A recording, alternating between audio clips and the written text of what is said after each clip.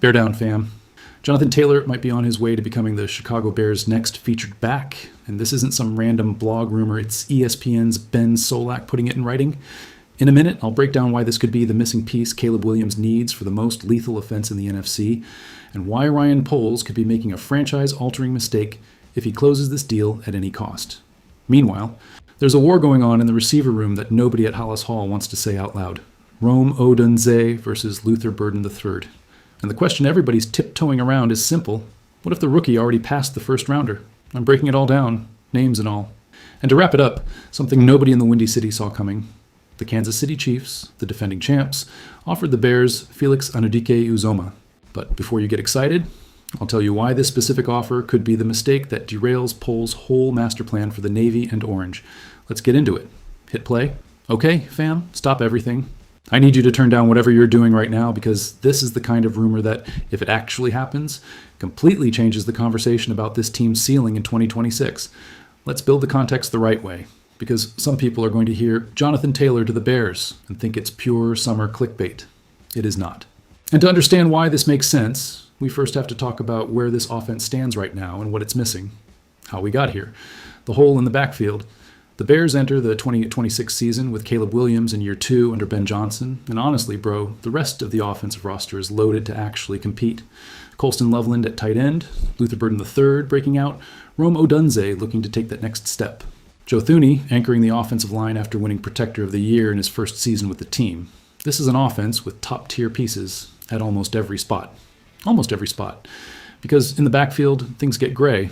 DeAndre Swift had a solid 2025 season, I won't deny that, but this is a runner who spent his entire career fighting injuries and inconsistency.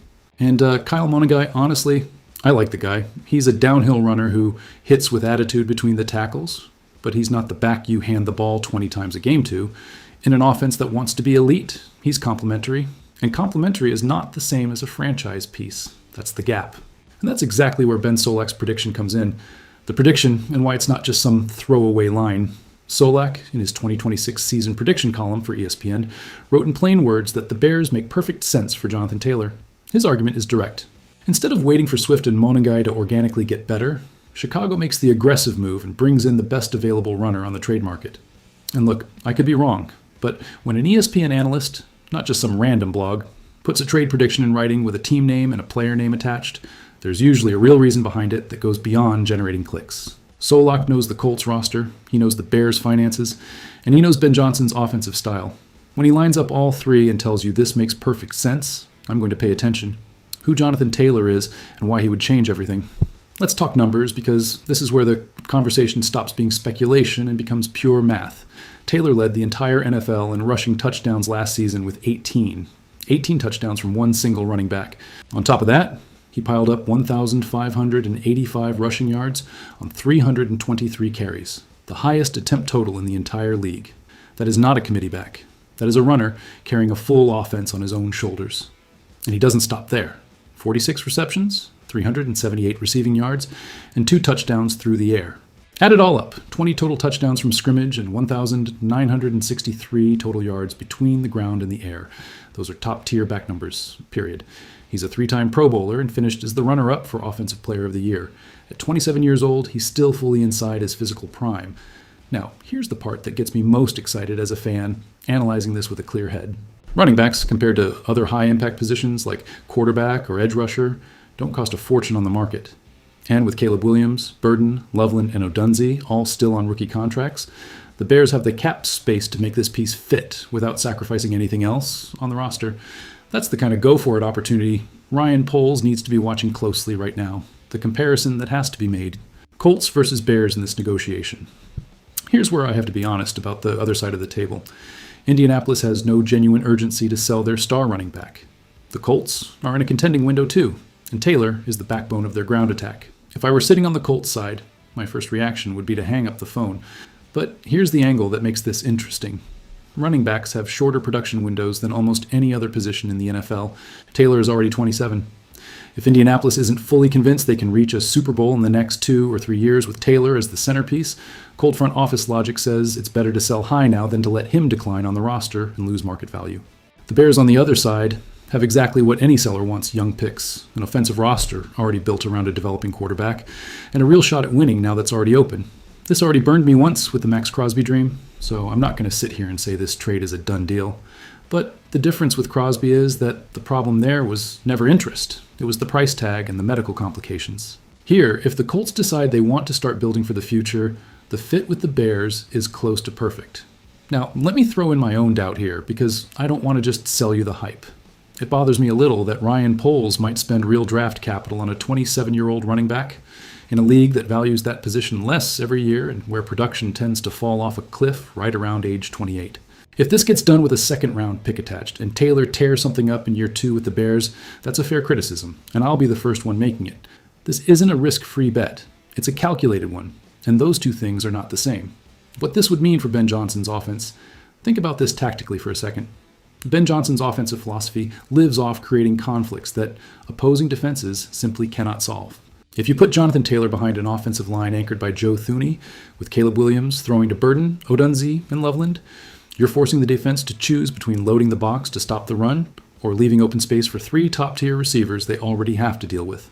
That's what we call, in tactical terms, breaking a defense's gap integrity. You cannot do both things well at the same time. And when an offense has that level of real versatility, not fake versatility, that's where the best offenses in the league are born. I'm talking about a top 5 scoring ceiling if this actually gets done. My personal take, I'm going to be straight with you. I don't think this trade gets done in July or August. The Colts have no immediate pressure to move their best offensive player in the middle of training camp.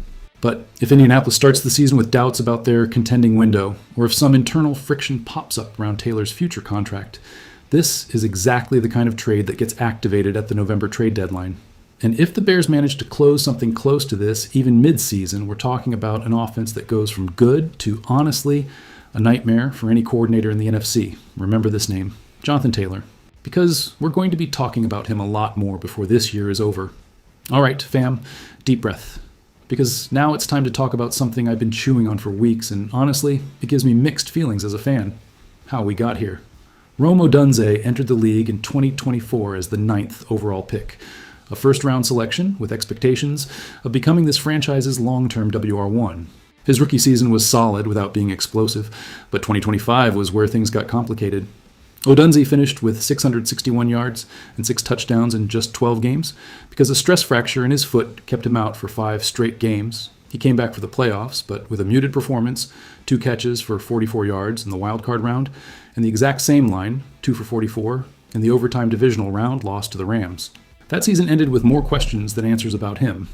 Meanwhile, Luther Burden III, the 2025 rookie, had a completely invisible start through the first half of the season. And I'm not going to soften this.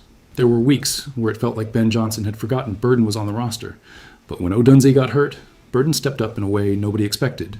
Out of his 652 total yards on the season, 357 came in the final 5 games. That progression is not a coincidence. That's a player who understood the system in real time and started producing exactly when the team needed it most. The decision that reshuffled the entire receiver room. And here comes the move that completely reordered this position. The Bears cut ties with DJ Moore and sent him to the Buffalo Bills this offseason. Moore had been, up to that point, the veteran anchor of the group. With him gone, Odunze and Burden are now, without question, Caleb Williams' top 2 receivers for 2026. There's no third name left to take the pressure off either of them. Both of their excuses just ran out. The uncomfortable question nobody wants to ask out loud. Here's the angle that genuinely has me thinking, and I say this with fan honesty, not for the sake of stirring up cheap controversy. What happens if Burden already passed Odunze? Kevin Fishbane of The Athletic named Odunze as the Bears player with the most on the line in 2026, and that's not a casual take. Odunze is eligible for a contract extension after this season. That means every single game in 2026 isn't just about winning, it's about the price tag on his next contract, or whether he even gets one from the Bears. And the reality is the public narrative has already started to tilt. All the OTA hype, all the positive summer buzz is landing on Burden. Odunze generated some attention too, but nowhere near his teammates' level. And when you invest a high first-round pick in a receiver, and 2 years later the public conversation is already debating whether the rookie passed him, that's not a small signal. I could be totally wrong, but if Odunze doesn't have a strong, healthy start to the season, this is going to be a very uncomfortable conversation for Ryan Poles about whether that 2024 pick was the right call, why this could actually be good news. Now flip it with me, because there's a genuine upside here too. If both ODUNZE and Burden end up around 1,000 yards each in 2026, the whole WR1 versus WR2 conversation becomes completely irrelevant from a tactical standpoint. What actually matters to an opposing defensive coordinator isn't which one gets called WR1 on an ESPN graphic. What matters is that he can't double cover either one without leaving the other completely open. Add Loveland at tight end and the possible arrival of Jonathan Taylor in the backfield, and this offense turns into a puzzle a normal defense simply cannot solve. My personal read. Listen up. I believe ODUNZE answers the bell. He's got first-round talent, and he still hasn't had one full, healthy season in the NFL. But I also believe Burden stopped being a surprise and became a confirmed threat, and that Ben Johnson is going to design this offense around both of them equally. The question of who this team's true WR1 is gets answered by the scoreboard over the next 16 weeks, not by what we say here in July. But if ODUNZE's foot or his health keeps being an issue, they're going to have to start having a real conversation about whether the long-term future of this position belongs to Burden alone. And to close things out, let's talk about the proposal that came out this week between the Bears and, get this, the Kansas City Chiefs. Yes, the same Chiefs we all love to hate. What it's about. Mo Motton of Bleacher Report pitched a trade where the Bears send Kansas City a late 2027 draft pick in exchange for Felix Anudike-Uzomah, a 24-year-old defensive end the Chiefs took in the first round out of Kansas State. And here's the important context. Anudike-Uzomah missed the entire 2025 season on injured reserve with a hamstring issue. For his career, he's got 41 tackles, 8 for a loss, 3 sacks, and 19 pressures. Those are backup numbers, not star numbers. The Chiefs already declined the 5th-year option on his rookie contract, so he's got just 1 more year left on the deal, worth around $12 million. And on top of that, Kansas City already used a second-round pick in 2026 to draft Mason Thomas, another pass rusher. The signal is clear. The Chiefs are looking elsewhere at that position, and they want to squeeze some value out of Anudike-Uzomah before they lose him for nothing. Why we need this trade, and why at the same time it fixes nothing. Here I have to be honest, and a little critical of this proposal, because the Bears' underlying pass rush problem is still unsolved. This team finished last season among the worst in the league in pass rush win rate and total pressure, with Montez Sweat as the only reliable name on the edge. Dayo Odeyingbo is coming off a torn Achilles, Austin Booker still hasn't locked down a starting role, and Shamar Turner is still rehabbing a torn ACL. That's a real picture of uncertainty, not a solid depth chart. And here's my problem with this specific offer. Mike Moratis of Sporting News said it plainly, and I completely agree with him. Bringing in a player who missed an entire season to injury with modest career numbers and zero guarantee his body holds up in a new scheme is not the solution to the Bears' structural pass rush problem. It's a low-risk, low-cost Band-Aid, nothing more. And on a team that's supposed to be going all in for a Super Bowl, a low-risk Band-Aid should not be the main answer to a problem that's been dragging on for 2 straight seasons. And here, I have to get hard on Ryan Poles, because this isn't an isolated case anymore, it's a pattern. The Max Crosby chase fell apart over price and medical concerns. Free agency came and went with no impact pass rusher added. The draft came and went with nobody added at that spot either. And now in July, the best move on the table is a late pick for a guy who lost an entire season to injury. I get the philosophy of developing from within, of trusting Dennis Allen's scheme. But when that plan hasn't produced results in 2 years, at some point you have to call it what it is. That's a planning failure, not a patient strategy. How this connects to everything else. And notice how this connects to everything we talked about earlier in this video. The Bears have spent months being linked to Max Crosby without closing anything. Now this low-cost offer for Anudike-Uzomah shows up. And in parallel, the Jonathan Taylor prediction proves that Ryan Poles does have the financial ability and the willingness to make an aggressive move when he finds the right fit. So the question underneath all of it isn't whether the Bears are going to make a big trade before the season. The question is, which position they decide to spend that capital on.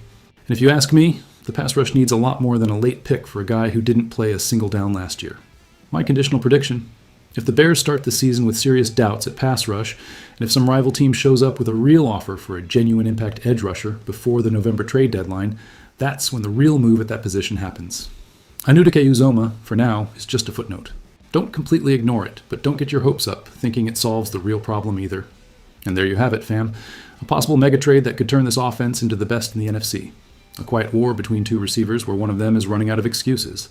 And an offer from the Chiefs that sounds good on paper, but to me doesn't touch what's actually wrong with this team. This franchise has the pieces, it has the quarterback, and now it has to decide where to bet the capital it has left before the season kicks off. Bear down, always. If this video gave you something to talk about, drop the like, subscribe, and tell me down in the comments, If you had to pick just one of the 3 trades I covered today to actually happen, which one do you take? I want to read every single answer. See you in the next one.